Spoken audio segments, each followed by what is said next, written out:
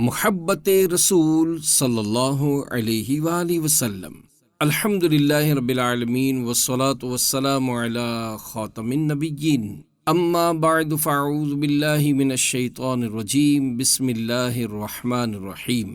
محبت رسول صلی اللہ علیہ وآلہ وسلم، یہ بیان شیخ طریقت امیر اہل سنت بانی دعوت اسلامی حضرت علامہ مولانا ابو بلال محمد الیاس عطار قادری رضوی ضیائی دامت برکاتہم العالیہ نے 1407 ہجری بمطابق 1987 عیسوی کو دعوت اسلامی کے اولین مدنی مرکز جامع مسجد گلزار حبیب کراچی میں عاشقان رسول کے ہفتہ وار سنتوں بھرے اجتماع میں فرمایا تھا، جسے المدینۃ العلمیہ کے شعبہ بیانات امیر اہل سنت نے مرتب کیا ہے۔ دعائے عطار: یا رب کریم، جو کوئی 17 صفحات کا رسالہ محبت رسول صلی اللہ علیہ وآلہ وسلم پڑھ یا سن لے، اسے حقیقی محبت رسول نصیب فرما اور اسے ماں باپ اور خاندان سمیت بے حساب بخش دے، آمین بجاہ خاتم النبیین صلی اللہ علیہ وآلہ وسلم۔ درود شریف کی فضیلت: مسلمانوں کے پہلے خلیفہ حضرت صدیق اکبر رضی اللہ عنہ فرماتے ہیں، نبی کریم صلی اللہ علیہ وآلہ وسلم پر درود پاک پڑھنا گناہوں کو اس قدر جلد مٹاتا ہے کہ پانی بھی آگ کو اتنی جلدی نہیں بجھاتا، اور آپ صلی اللہ علیہ وآلہ وسلم پر سلام بھیجنا گردنیں یعنی غلاموں کو آزاد کرنے سے افضل ہے۔ محمد کی محبت دین حق کی شرط اول ہے، اسی میں ہو اگر خامی تو سب کچھ نامکمل ہے۔ صلو علی الحبیب صلی اللہ علی محمد۔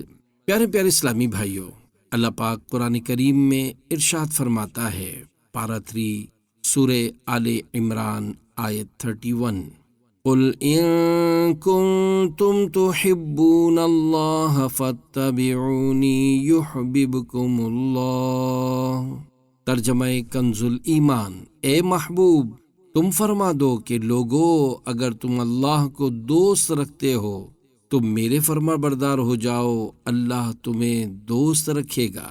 اس آیت مبارکہ میں بتایا گیا ہے کہ اللہ پاک کی محبت حاصل کرنے کے لیے اتباع سنت شرط ہے، یعنی اگر کوئی اللہ پاک کا محبوب یعنی پسندیدہ بندہ بننا چاہتا ہے تو اسے چاہیے کہ سنت کی پیروی کرے۔ ظاہر ہے اتباع سنت وہی کرے گا جسے پیارے آقا صلی اللہ علیہ وآلہ وسلم سے محبت ہوگی۔ بالفرض اگر کوئی آپ صلی اللہ علیہ وآلہ وسلم سے محبت نہیں رکھتا تو صرف نقل و اتباع کرنے سے اسے کوئی فائدہ حاصل نہ ہوگا، کیونکہ آپ صلی اللہ علیہ وآلہ وسلم سے محبت کرنے والا ہی اللہ کا محبوب بن سکتا ہے۔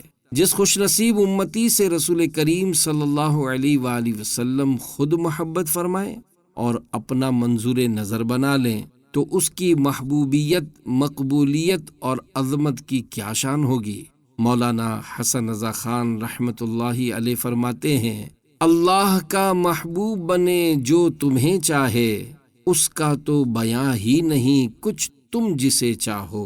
اے عاشقان رسول، ہمارا ایمان اسی وقت کامل ہوگا جب ہم پیارے آقا مکی مدنی مصطفیٰ صلی اللہ علیہ وآلہ وسلم کو اپنی جان سے بھی زیادہ عزیز جانیں گے، ورنہ ہم کامل مومن نہیں ہو سکتے۔ چنانچہ ایمان کب کامل ہوتا ہے؟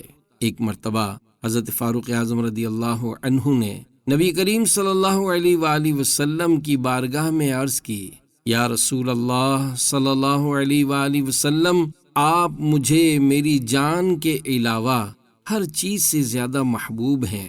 آپ صلی اللہ علیہ وآلہ وسلم نے ارشاد فرمایا، نہیں، اس ذات کی قسم جس کے قبضے قدرت میں میری جان ہے، اے عمر، تمہاری محبت اس وقت تک کامل نہیں ہوگی جب تک میں تمہارے نزدیک تمہاری جان سے بھی زیادہ محبوب نہ ہو جاؤں۔ فاروق اعظم رضی اللہ عنہ نے عرض کی، یا رسول اللہ صلی اللہ علیہ وآلہ وسلم، خدا کی قسم آپ مجھے میری جان سے بھی زیادہ محبوب ہیں۔ یہ سن کر آپ صلی اللہ علیہ وآلہ وسلم نے ارشاد فرمایا، الآن یا عمر، یعنی اے عمر اب تمہاری محبت کامل ہو گئی۔ پیارے پیارے اسلامی بھائیوں، نبی کریم صلی اللہ علیہ وآلہ وسلم کی ذات والا صفات ہمیں جان سے بھی زیادہ عزیز ہونی چاہیے۔ اگرچہ ہم زبانی طور پر پیارے آقا صلی اللہ علیہ وآلہ وسلم کو اپنی جان سے زیادہ عزیز کہتے ہیں اور محبت کا دم بھرتے ہیں، لیکن اس محبت کی نشانی اور تڑپ ہمارے اندر عملی طور پر نہیں پائی جاتی، جبکہ ہمارے بزرگان دین رحمت اللہ علیہم صرف گفتار کے غازی نہیں ہوتے تھے بلکہ عملی طور پر کر کے بھی دکھاتے تھے۔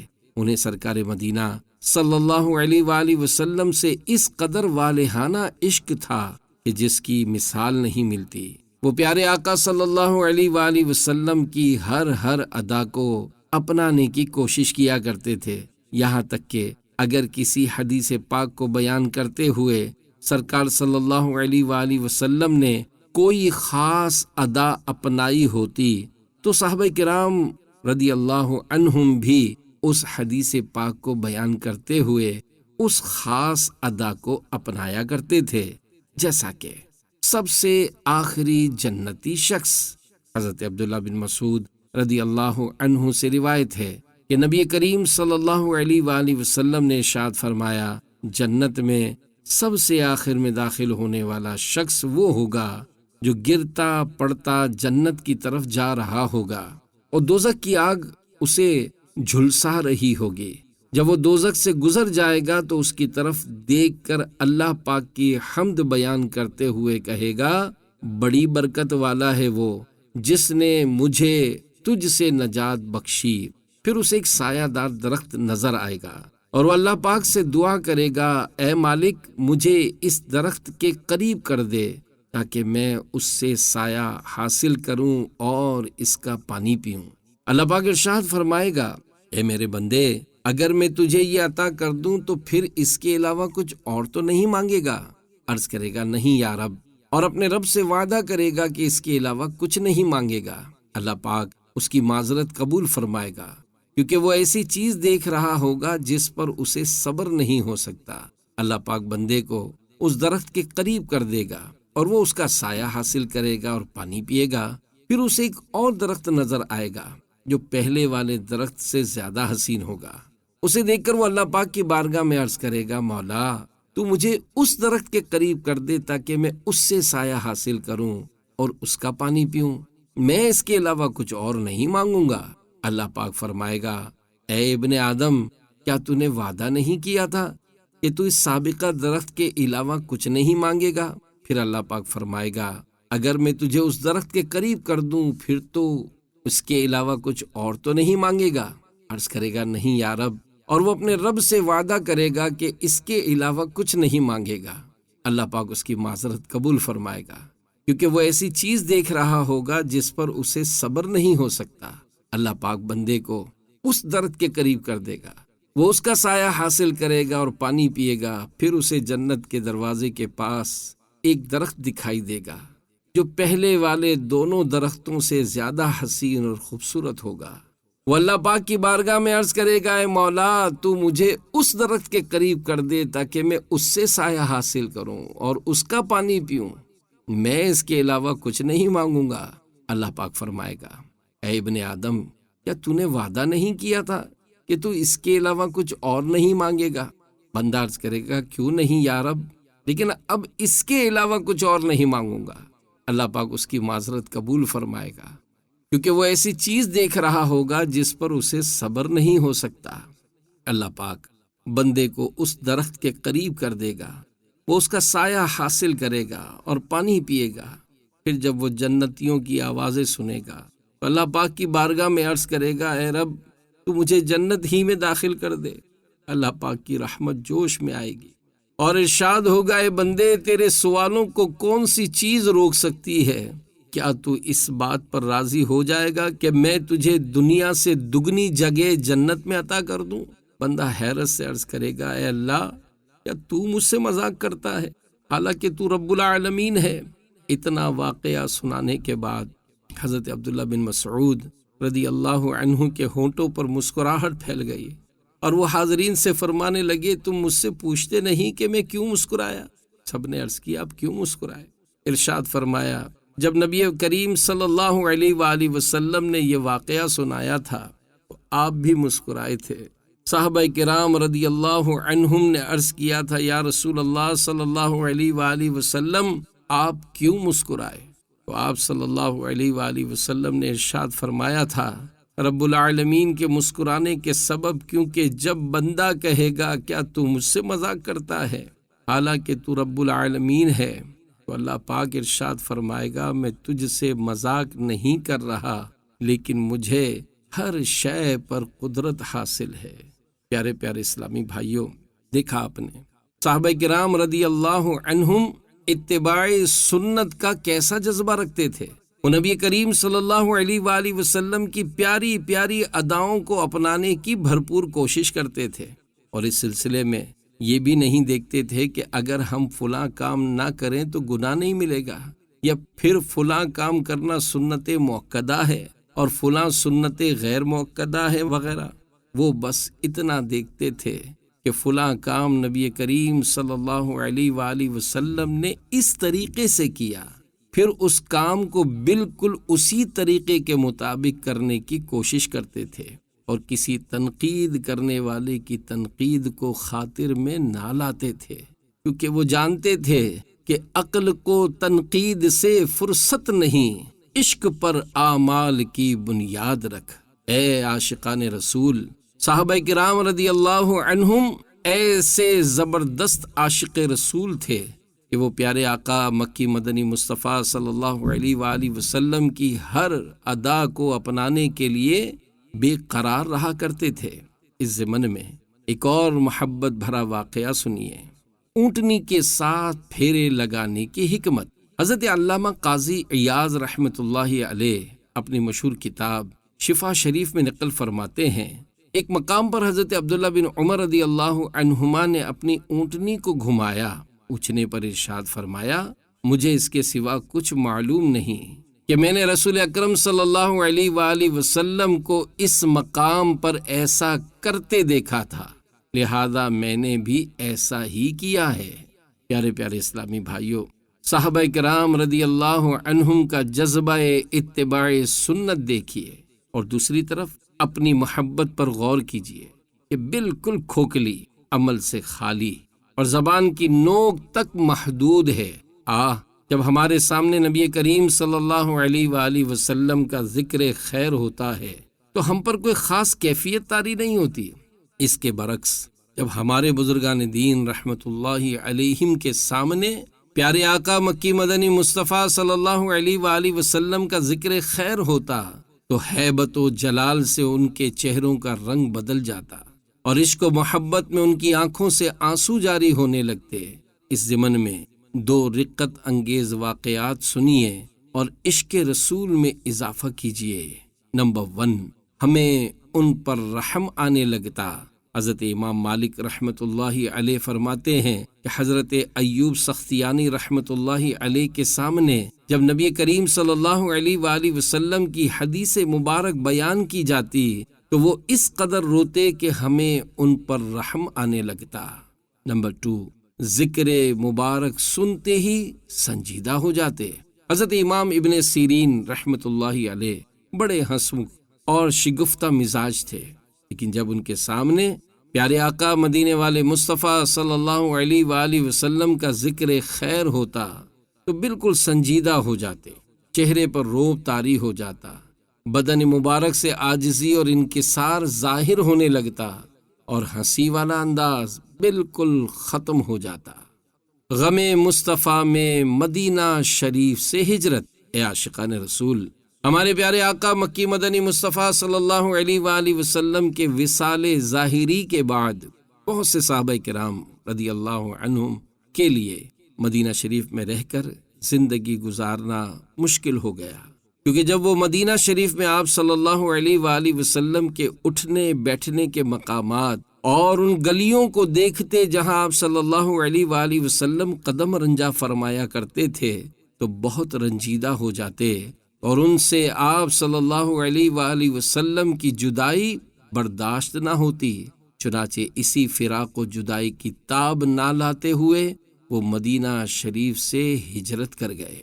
مؤذن رسول کی مدینہ شریف سے ہجرت۔ حضرت بلال حبشی رضی اللہ عنہم سے بھی نبی کریم صلی اللہ علیہ وآلہ وسلم کی جدائی برداشت نہ ہوئی، چنانچہ کبھی آپ رضی اللہ عنہ پر ایسی رقت طاری ہو جاتی کہ مدینہ شریف کی گلیوں میں دیوانہ وار گھومتے اور لوگوں سے پوچھتے تھے کہ اگر تم نے کہیں تاجدار مدینہ صلی اللہ علیہ وآلہ وسلم کو دیکھا ہے تو مجھے بھی دکھا دو۔ آخر کار جدائی کی تاب نہ لاتے ہوئے آپ مدینہ شریف چھوڑ کر ملک شام کے شہر حلب میں رہائش پذیر ہو گئے۔ کچھ عرصہ گزرنے کے بعد جب ایک رات سوئے تو قسمت چمک اٹھی اور خواب میں مدینے کے تاجدار صلی اللہ علیہ وآلہ وسلم کی زیارت سے مشرف ہوئے۔ لبہائے مبارکہ کو جنبش ہوئی، رحمت و محبت کے پھول جھڑنے لگے اور الفاظ کچھ یوں ترتیب پائے: ما هذه الجفوة یا بلال اما آن لک ان تزورنی یا بلال، یعنی اے بلال یہ کیا جفا ہے، کیا ابھی وہ وقت نہ آیا کہ تم میری زیارت کے لیے حاضر ہو جاؤ؟ فرمانے والا شان سنتے ہی حضرت بلال رضی اللہ عنہ رخت سفر باندھ کر سواری پر سوار ہوئے اور مدینہ شریف کی طرف چل پڑے اور بڑی تیزی کے ساتھ منزلوں پر منزلیں طے کرتے ہوئے مدینہ پاک کی طرف بڑھے چلے جا رہے تھے۔ یاد رکھیے، جس کی کمر عزم طیبہ کے لیے بندھی ہو اسے ارد گرد کے ماحول سے کوئی سروکار نہیں ہوتا۔ اس لیے حضرت بلال رضی اللہ عنہ پر صرف ایک ہی دھن سوار تھی کہ جلد از جلد پیارے آقا صلی اللہ علیہ وآلہ وسلم کے قدموں میں پہنچ جاؤں۔ گھر سے کہیں اچھا ہے مدینے کا مسافر، یہاں صبح وطن شام غریب الوطنی ہے۔ کہتا ہے مسافر سے یہ ہر نخل مدینہ، آرام ذرا لے لو یہاں چھاؤں گھنی ہے۔ آخر کار یہ عاشق زار مدینہ پاک کی مہکی مہکی فضاؤں میں پہنچ گئے۔ مدینہ شریف کی گلیوں میں پہنچتے ہی دل کی دنیا بدل گئی، کیف و مستی کا عالم طاری ہو گیا۔ دیوانہ وار مدینہ شریف کی گلیوں میں تاجدار مدینہ صلی اللہ علیہ وآلہ وسلم کو تلاش کرنے لگے۔ جب رسول اللہ صلی اللہ علیہ وآلہ وسلم مدینہ شریف کی گلیوں میں نظر نہ آئے تو تمام مسلمانوں کی پیاری امی جان حضرت بی بی عائشہ رضی اللہ عنہا کے حجرے میں موجود رسول کریم صلی اللہ علیہ وآلہ وسلم کی قبر انور پر پہنچے اور رو رو کر عرض کی: یا رسول اللہ صلی اللہ علیہ وآلہ وسلم، حلب سے غلام کو زیارت کے لیے بلایا، اور جب غلام زیارت کے لیے حاضر ہوا تو آپ پردے میں چھپ گئے۔ الغرض ادھر عرض و معروض پیش کی جا رہی تھی اور ادھر مدینہ طیبہ میں یہ خبر تیزی سے پھیل گئی کہ مؤذن رسول حضرت بلال رضی اللہ عنہ مدینہ شریف میں تشریف لے آئے ہیں۔ بس پھر سب کی نگاہوں میں پیارے آقا مکی مدنی مصطفیٰ صلی اللہ علیہ وآلہ وسلم کے جلوے پھر سے ابھرنے لگے، بے قرار دل تڑپنے لگے۔ لوگ منت و سماجت اور رو رو کر التجائے کرتے ہوئے حضرت بلال رضی اللہ عنہ سے ایک بار پھر اپنی سوز و گداز بھری اذان سنانے کا مطالبہ کرنے لگے، مگر حضرت بلال رضی اللہ عنہ نے معذرت کی اور ارشاد فرمایا: اے بھائیو، تم جانتے ہو کہ جب میں رسول اللہ صلی اللہ علیہ وآلہ وسلم کی ظاہری حیات میں اذان دیتا تھا تو اشہد ان محمد رسول اللہ کہتے ہوئے آپ صلی اللہ علیہ وآلہ وسلم کا دیدار کر لیا کرتا تھا، لیکن آج وہ منظر نگاہوں سے اوجھل ہوگا، اس لیے میں اذان دینے کی تاب نہیں رکھتا۔ بہرحال حضرت بلال رضی اللہ عنہ کسی صورت اذان دینے پر راضی نہ ہوئے۔ بعض صحابہ کرام رضی اللہ عنہم نے یہ تجویز دی کہ کیوں نہ حسنین کریمین رضی اللہ عنہما کو بلا لیا جائے کہ جب رسول اللہ صلی اللہ علیہ وآلہ وسلم کے نواسے فرمائش کریں گے تو پھر حضرت بلال رضی اللہ عنہ کے پاس انکار کی گنجائش نہ رہے گی۔ چنانچہ لوگ جلدی سے دونوں شہزادوں کو لے آئے۔ حضرت بلال رضی اللہ عنہ نے دونوں شہزادوں کو سینے سے چمٹا لیا اور پیار کرنے لگے۔ شہزادوں نے فرمائش کی، اے بلال، ایک بار ہمیں وہ اذان سنا دیجئے جو آپ ہمارے نانا جان صلی اللہ علیہ وآلہ وسلم کی حیات ظاہری میں دیا کرتے تھے۔ اب انکار کی گنجائش کہاں تھی؟ چنانچہ حضرت بلال رضی اللہ عنہ مسجد نبوی شریف کی چھت کے اس حصے میں تشریف لے گئے جہاں حضور نبی کریم صلی اللہ علیہ وآلہ وسلم کی حیات ظاہری میں اذان دیا کرتے تھے۔ جب حضرت بلال رضی اللہ عنہ نے مدینہ شریف کی پر نور فضاؤں میں اپنی سوز بھری آواز میں اللہ اکبر سے اذان کا آغاز فرمایا تو در و دیوار دہل گئے، لوگوں میں غم اور صدمے کی کیفیت برپا ہو گئی۔ بتدریج یعنی آہستہ آہستہ آواز مدینہ شریف کی فضاؤں میں بلند ہوئی، جسے سن کر لوگوں کی ہچکیاں بند گئیں۔ سب لوگ اپنے گھروں سے باہر آ گئے۔ حضرت بلال رضی اللہ عنہ نے اشہد ان محمد رسول اللہ کہا تو ہزارہا چیخیں ایک دم فضاؤں میں بلند ہوئیں، اور اس وقت لوگوں کے رونے کا کوئی ٹھکانہ نہ تھا۔ چھوٹے بچے اپنی ماؤں سے پوچھنے لگے، مؤذن رسول حضرت بلال رضی اللہ عنہ تو آ چکے ہیں، مگر رسول اللہ صلی اللہ علیہ وآلہ وسلم کا نورانی چہرہ نظر نہیں آ رہا، وہ کب تشریف لائیں گے؟ بہرحال جب حضرت بلال رضی اللہ عنہ نے اشہد ان محمد رسول اللہ کہا اور پیارے آقا صلی اللہ علیہ وآلہ وسلم کو آنکھوں کے سامنے نہ پایا تو غم جدائی میں ان کی ایک زوردار چیخ فضا میں گم ہو گئی اور بے ہوش ہو کر زمین پر تشریف لے آئے۔ جب ہوش آیا تو اٹھے اور روتے ہوئے ملک شام روانہ ہو گئے۔ حضرت بلال کا وصال۔ جب حضرت بلال رضی اللہ عنہ کے وصال کا وقت قریب آیا تو آپ کی زوجہ روتے ہوئے کہنے لگی، واہ حزناہ واہ حزناہ، یعنی ہائے غم کی بات۔ حضرت بلال رضی اللہ عنہ نے اپنی غمزدہ زوجہ کو دلاسا دیتے ہوئے فرمایا، واہ طرباہ واہ طرباہ، یعنی واہ خوشی کی بات، غدن نلقى الاحبۃ محمدا وحزبہ، یعنی کل ہم اپنے دوستوں، اپنے آقا و مولا محمد مصطفیٰ صلی اللہ علیہ وآلہ وسلم اور آپ کے اصحاب سے ملاقات کریں گے۔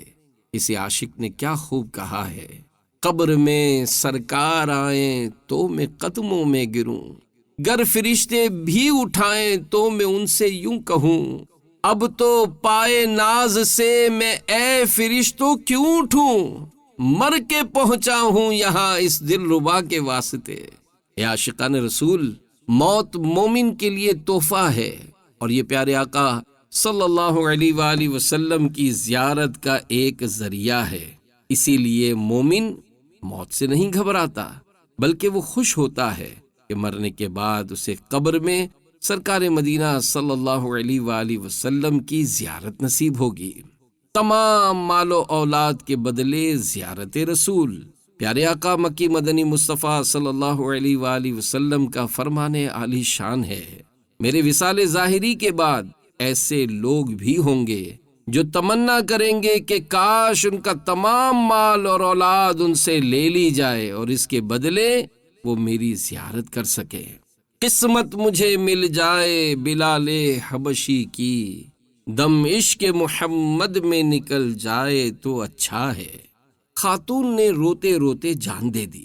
تمام مسلمانوں کی پیاری امی جان حضرت بی بی عائشہ رضی اللہ تعالی عنہا کی خدمت بابرکت میں حاضر ہو کر ایک خاتون نے عرض کی، مجھے تاجدار رسالت شہنشاہ نبوت صلی اللہ علیہ وآلہ وسلم کی مبارک قبر کی زیارت کروا دیجیے۔ حضرت بی بی عائشہ صدیقہ رضی اللہ عنہا نے حجرہ شریف کھولا اور اس خاتون نے قبر انور کی زیارت کر کے روتے روتے جان دے دی۔ آپ کے عشق میں اے کاش کے روتے روتے یہ نکل جائے میری جان مدینے والے۔ پیارے پیارے اسلامی بھائیوں، دیکھا آپ نے ایک خاتون کا عشق رسول کے قبر انور کی زیارت کرتے ہی اس پر عشق و محبت کی کیفیت طاری ہوئی اور اس نے روتے روتے بارگاہ رسالت میں اپنی جان کا نذرانہ پیش کر دیا۔ اسی طرح ہمارے بزرگوں کو سرکار مدینہ صلی اللہ علیہ وآلہ وسلم سے والہانہ عقیدت و محبت ہوا کرتی تھی، مگر افسوس آج ہمارے اندر صحیح معنوں میں محبت کا جذبہ اور ولولہ نہ رہا۔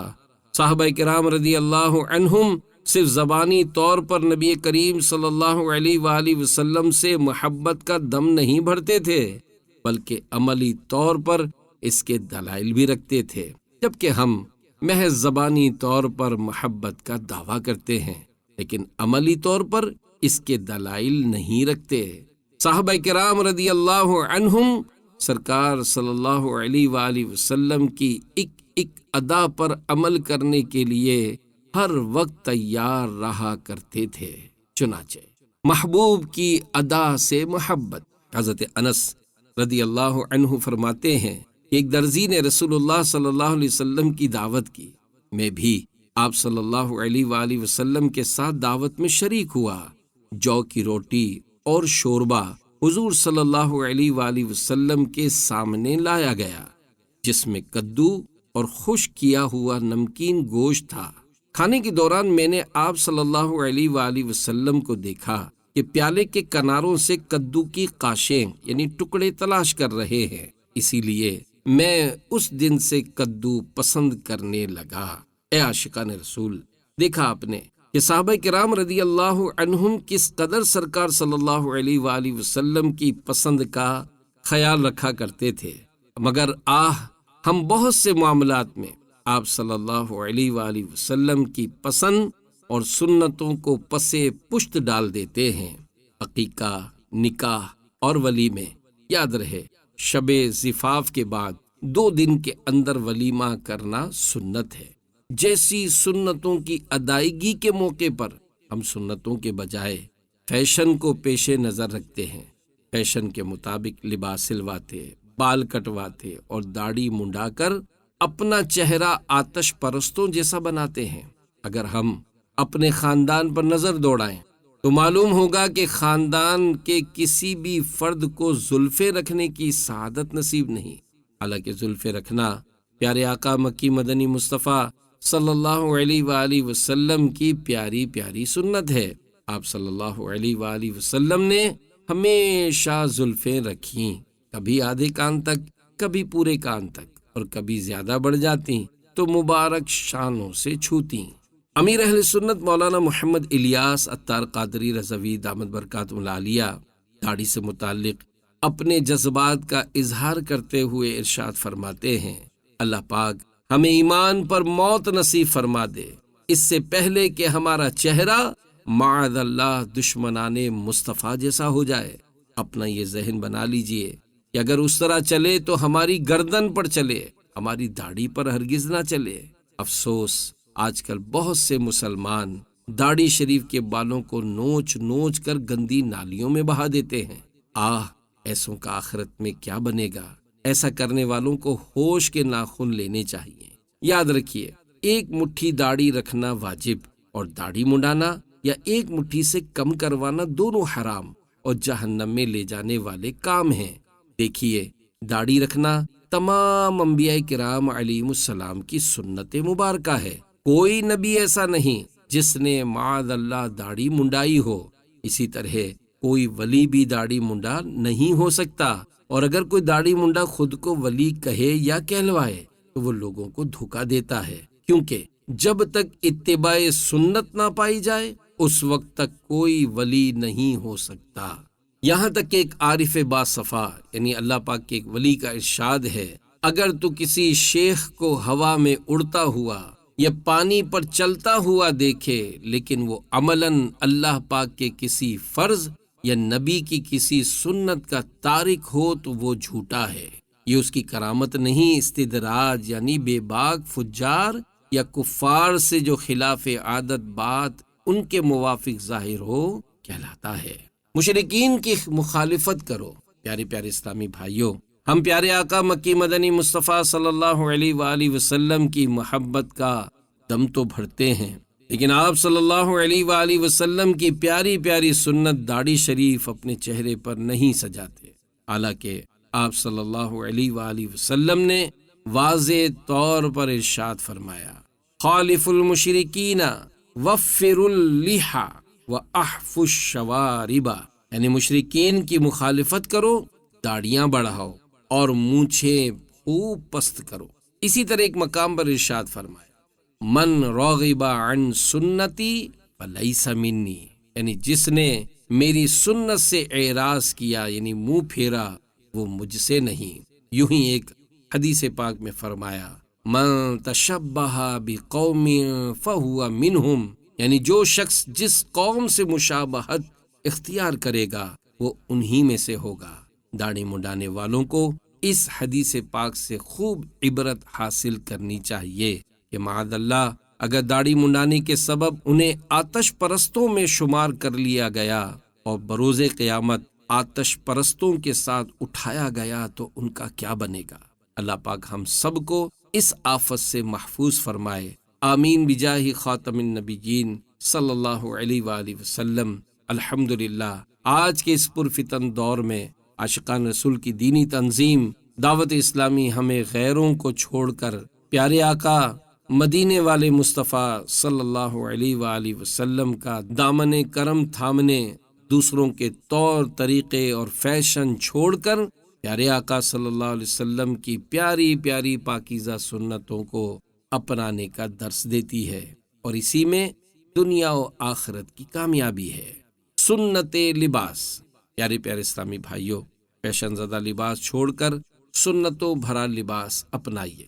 لباس میں سنت یہ ہے کہ کرتے کے دامن کی لمبائی آدھی پنڈلی تک ہو اور آستین کی لمبائی زیادہ سے زیادہ انگلیوں کے پوروں تک اور چوڑائی ایک بالشت ہو، نیز مرد کا تہبند یا پاجامہ ٹخنوں سے اوپر رہے۔ بدقسمتی سے آج ہمیں پاجامے کے پائنچے ٹخنوں سے اوپر رکھتے ہوئے شرم آتی ہے، حالانکہ یہ سرکار صلی اللہ علیہ وآلہ وسلم کی پیاری پیاری سنت اور صحابہ کرام رضی اللہ عنہم اور اولیاء کرام رحمت اللہ علیہم کا طریقہ کار ہے، مگر عوام کی اکثریت اس سنت سے محروم ہے اور ٹخنوں سے نیچے پاجامہ رکھتی ہے۔ یاد رکھیے تکبر کی وجہ سے پاجامے یا شلوار کا پائنچا ٹخنوں سے نیچے رکھنا حرام اور جہنم میں لے جانے والا کام ہے، اور اس پر سخت عذاب کی وعید ہے، جیسا کہ حدیث پاک میں ہے تکبر کی وجہ سے تہبند اور شلوار وغیرہ کا جو حصہ دونوں ٹخنوں سے نیچے ہے وہ آگ میں ہے۔ ایک اور حدیث پاک میں ہے ایک شخص تکبر سے اپنا تہبند گھسیٹ رہا تھا کہ اسے زمین میں دھسا دیا گیا اور وہ قیامت تک دھستا چلا جائے گا۔ اے عاشقان رسول، اپنے لباس پر غور کرنے کی عادت بنائیے کہ جس طرح تھوڑی سی بے توجہی آپ کو بے شمار سنتوں سے محروم کر دیتی ہے، اسی طرح تھوڑی سی توجہ آپ کو کئی سنتوں سے ہمکنار کر دے گی، یعنی ہمکنار کر دے یعنی ملا دے گی۔ لہذا وقتاً فوقتاً اپنے لباس کا جائزہ لیتے رہیے اور نیت کیجئے کہ انشاءاللہ آج کے بعد ہم سنت کے مطابق لباس سلوائیں گے۔ ہو سکے تو سفید لباس پہننے کی عادت بنائیے کہ یہ پیارے آقا مکی مدنی مصطفیٰ صلی اللہ علیہ وآلہ وسلم کا پسندیدہ لباس ہے، اور آپ صلی اللہ علیہ وآلہ وسلم نے اسے پہننے کی ترغیب دلائی ہے۔ چنانچہ حدیث پاک میں ہے سفید لباس پہنو اور اپنے مردے بھی سفید لباس میں کفناؤ۔ اللہ پاک ہم سب کو پیارے پیارے آقا مدینے والے مصطفیٰ صلی اللہ علیہ وآلہ وسلم کی سنتوں پر خوب عمل کرنے کا جذبہ نصیب فرمائے، آمین بجاہ خاتم النبیین صلی اللہ علیہ وآلہ وسلم۔ صلو علی الحبیب صلی اللہ علی محمد۔